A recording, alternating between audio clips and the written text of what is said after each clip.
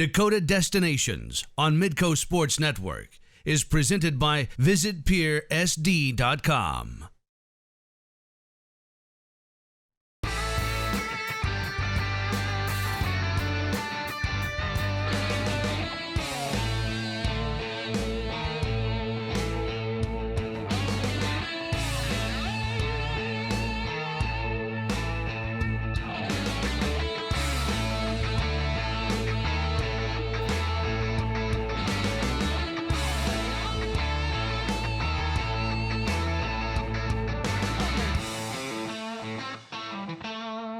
Welcome to Dakota Destinations. Well, the Midwest is marked with a historical identity of open prairies, cowboys, and cowgirls.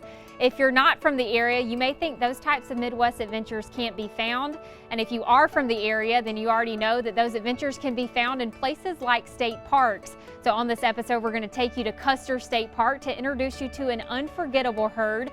We're also going to show you a camp in Fergus Falls, Minnesota that gives young teens the opportunity to connect with the great outdoors. So with that, let's get started on our first quest to Custer State Park, where the rumble of bison demands people's attention.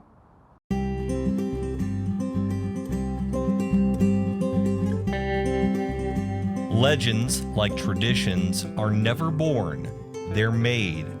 At a time when urban sprawl and constantly evolving technology seem to be the way the world works, relics of history tend to fall by the wayside. But in the Black Hills of South Dakota, nature has stayed, and nature has thrived.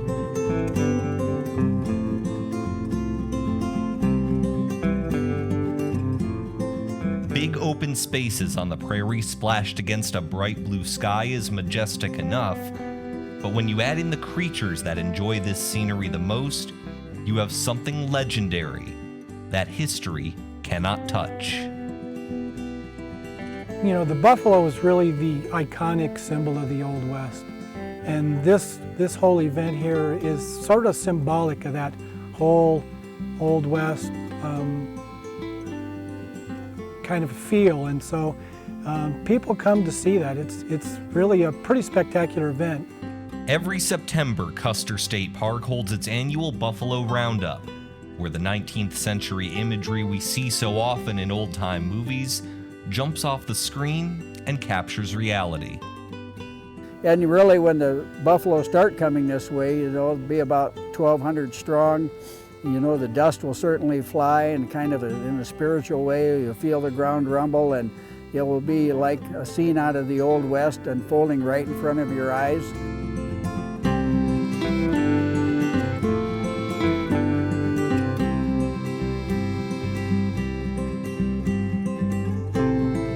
"2015 was the 50th year of the Roundup, and in the 5 decades the process has never changed. But the people, well, that's another story. What was once considered just a part of life on the plains has now become a spectator sport."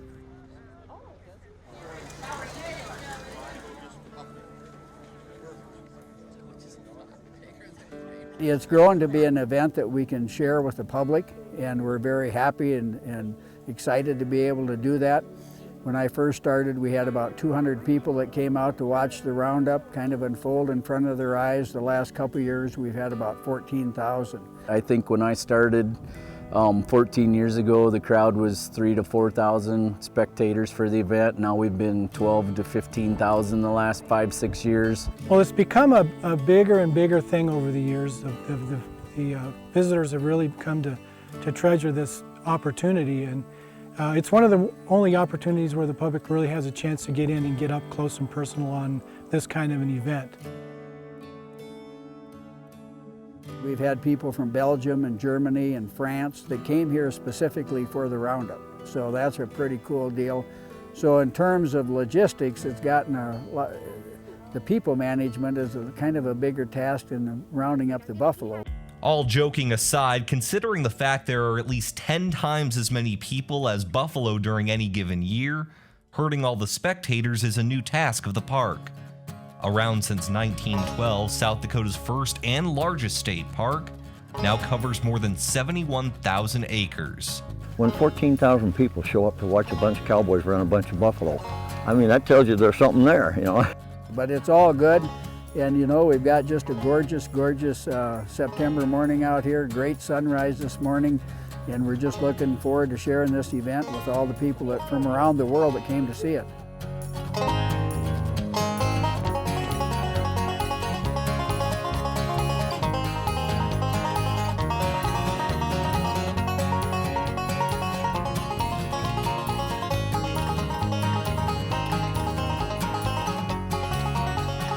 The people, the buffalo, and the size of the park all number in the thousands. So why is this literally such a big deal? And what is the actual Buffalo Roundup? What does it accomplish? What is its purpose?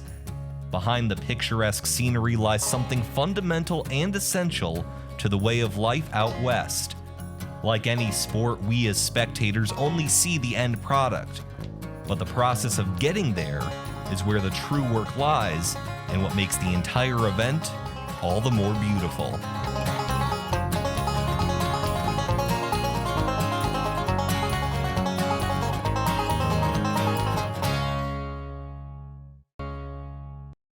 Dakota Destinations on Midco Sports Network is presented by VisitPierSD.com. Dakota Destinations on Midco Sports Network is presented by VisitPierSD.com.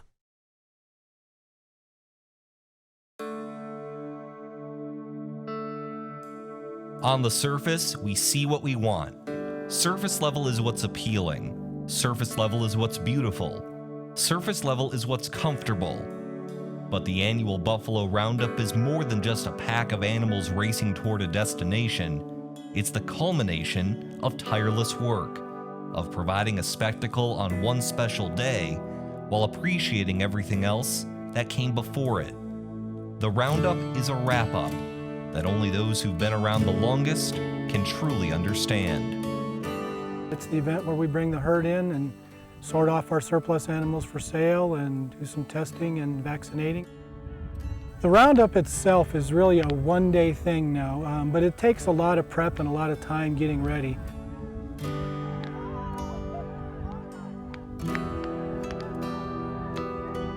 The beginning of September is the most critical time for Custer State Park officials. There's a reason the Roundup takes place at the very end of the month every single year.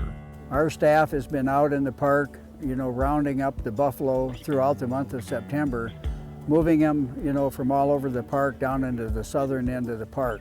We'll gather them from wherever they're at in the park and bring them to the very south end for a few weeks in those 2 units, and then 4 or 5 days up to a week before the actual Roundup event where we bring them in the corral, we'll catch them up in the very southeast corner where their corral's located, and then Roundup day we bring them into the trap right into the corral system. We do have a big pasture system with just this one big pasture on the south end that we defer for most of the year. We open it up at the beginning of September, and the majority of the animals come down and assemble themselves. We do use some horseback riders to pick up the stragglers and bring them in. The horseback riders who corral these animals come from all walks of life. That includes Bob Lantis, a veteran cowboy who's been wrangling since the 70s. When I first started, I basically conned a friend of mine into getting me on it, and that was in, I think, 72. And then once I got on it, boy, I was hooked, you know, first time. And we were coming from way over in the west fence and coming in, and then we drop it, get them into this fence here, and then we quit for the day, and then next day we run them in. While cowboys like Bob take up a lion's share of the 60 riders usually needed to gather all the buffalo, there are some volunteers who jump at the chance to ride alongside one of nature's greatest marvels. We do have a cadre of we call them draw riders, people who have an opportunity to do this kind of once in a lifetime kind of a deal, that get drawn to come out here and ride with the buffalo. So it's pretty spectacular. We have a drawing for 20 to 25 public riders to come help each year. And then we have my core team that is people that have helped for a number of years, have experience, know the terrain, know the buffalo. are good horsemen and know what to expect and just know the objective and the plan where we're going. Horseback riders are just one component of the Roundup team, which also involves wranglers on foot and in trucks. That's why we've got it organized as it is. We split into 3 vehicle teams. Everybody kind of has an area that they stay with, and we basically are just trying to keep a line and bring the herd into the trap. But all the preparation in the world means nothing if the buffalo aren't in the right mood to participate. Well, they are a wild animal, and they are only handled this one time a year, so they're really not used to that. And there's a lot of things that can go on. You know, they may not want to go the direction we're going. The heat can be an issue. So we try to do things as calm and as controlled as we can, because heat and stress is really the big thing. As far as the animal behavior and handling them, it's pretty much the same whether you're on a horse or on foot or in a vehicle. It's knowing how to read the body language and anticipate what the animal's gonna do. So the horseback side, you know, it's a little more exciting to get on a horse and get in behind them or beside them and bring them in that way. And actually, after being here the first season with the terrain that we have and the rock and just the landscape here, a horse is the best way to do it. Using ATVs or vehicles, as rocky as it is and rough, would be a challenge and pretty dangerous actually.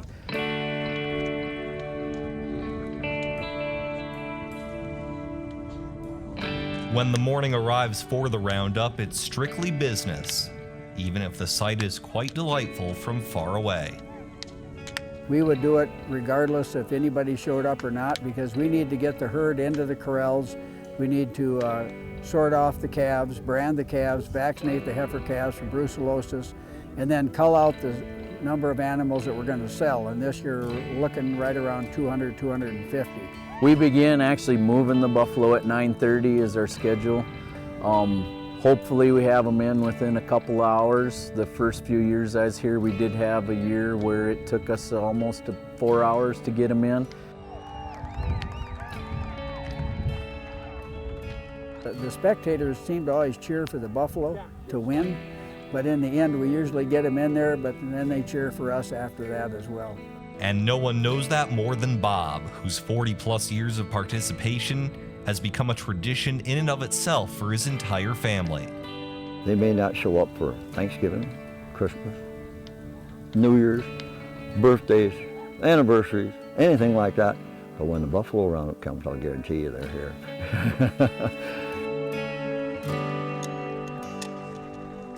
I guess it's kind of a mystique of buffalo, you know, because think 150 years ago, there were millions of them.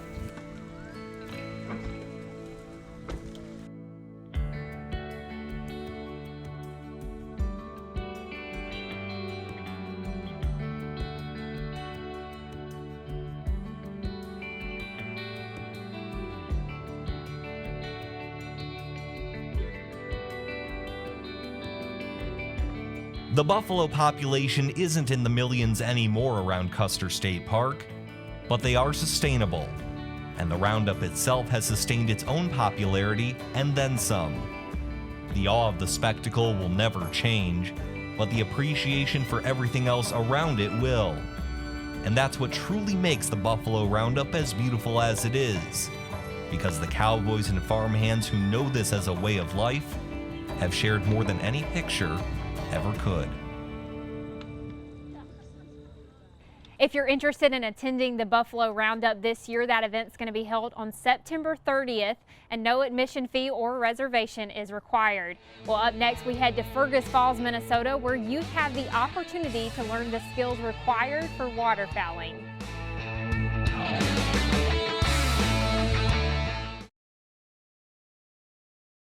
Dakota Destinations on Midco Sports Network is presented by VisitPierSD.com. Welcome back to Dakota Destinations. Outdoor hunting and fishing are great activities to enjoy at any age, but if you're just getting introduced to the outdoors, you'll want to make sure you're well trained, and Camp Woodie opened with that mission in mind to give teens a hands-on approach to learning how to hunt. Follow, follow, follow. Keep the gun mounted, keep following it all the way to the ground, every time, every time. Tucked into the wetlands of western Minnesota is a place that's become as much of a habitat for young hunters as it is for nature's intended residents. It's absolutely gorgeous. We have, 300 and some acres with wetlands and grasslands.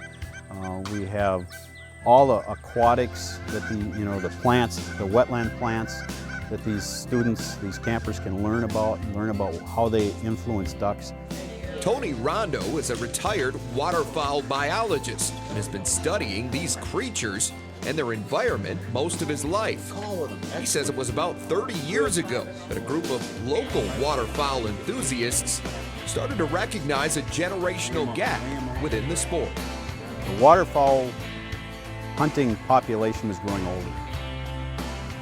The dynamics of that whole thing is that most waterfowlers were 40, 50, 60 years old. And what could we as a group, the Minnesota Waterfowl Association, do to bring more youthful people into the program?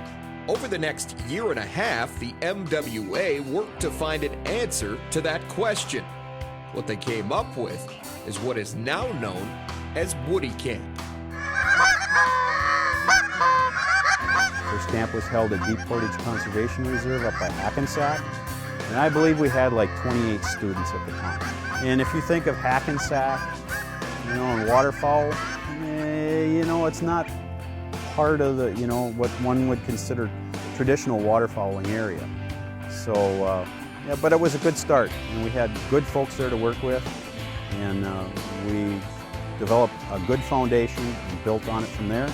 Woodie Camp's current home lies on the southern edge of Fergus Falls at the Prairie Wetland Learning Center, which employs a primary mission of waterfowl production and wetland protection. It's the first residential environmental facility operated by the U.S. Fish and Wildlife Service, and the perfect backdrop for this crash course in environmental education. Most of these kids don't understand that these wetlands here, they look nice, they're cool, they're whatever, but they don't understand what goes into making it important for duck. That's where people like Brad Nyland, the executive director of the Minnesota Waterfowl Association, come in. Nyland helps lead Woodsy Camp's team of more than 30 volunteer instructors, which is assisted by professionals from both the Minnesota Department of Natural Resources and the U.S. Fish and Wildlife Service. They learn everything from waterfowl identification to shooting skills to duck and goose calling skills to wetland invertebrates, what's important to ducks and their needs. We talk about migration. So I guess ultimately it comes down to a waterfowl immersion where they learn every aspect of waterfowl. We're ultimately hoping to make or create waterfowl hunters, one by one. Your weight, your balance. The whole experience for these campers, which numbered an all-time high of 48 in 2015, is hands-on. A couple snails. Everything from dog training to decoy painting, calling, and of course, shooting. Okay, now start in a ready position. Muzzle a little lower because the bird's going to come out lower. Cool. Excellent. At Woodie Camp, if you see it, you do it. It's that simple. They've done something that they've never done before. And I think that's, whether it be banding ducks or trap shooting. A lot of our kids have never shot a shotgun before.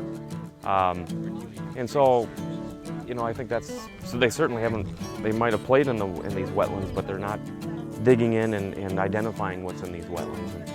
And so I just think that there's so much that is sort of new and different. They're learning things differently. There's a couple posters in the classrooms that say, tell me, I'll forget, show me, I'll remember, and include me and I'll understand. What one thing do I want to learn at Woodie Camp? I really like learning about different plants and animals, like the identification aspect. I was really excited about that. And then what I really learned a lot about is the shooting, because I was a little bit shy to shoot because Usually I didn't have the proper stance, but now that I came here, they taught me all of that. I like the duck calling. I've improved on that a lot. I didn't know how to call before, and I think I'm pretty good at it. The desire to learn something new is what brought these campers to Fergus Falls. All of them were hand-picked from a pool of 80 applicants, and none of them are paying to be here. That's right, Woodsy Camp is free. All costs are covered through donations from the Waterfowl Association's 2,700 members. Nyland and Rondo say it's an investment in the mission, and the return is getting stronger with each passing year. Our real big hope is that we're creating leaders in the outdoor community. And you know, I think there's proof in the pudding there with the campers that we have, the counselors that we have coming back, because they're mostly campers, former campers. And then now we're getting to that point where the instructors are in that same boat. They were campers, they were counselors, and now they're instructors. And so there's an incredible amount of value in that. These young people have an influence in their families and their friends when they go home. And if we can touch that individual, and that individual can touch those three, and those three can touch some more, we're having an impact. And I think hopefully, you know, it's one of the goals of camp is that, you know, by this chain reaction, we're growing the influence from the young group up instead of the old group down. Camp Woodie runs July 31st through August 6th, and applications for that are available until May 15th. Well, that's all we have for you on this week's episode. Join us next week for more Dakota Destinations.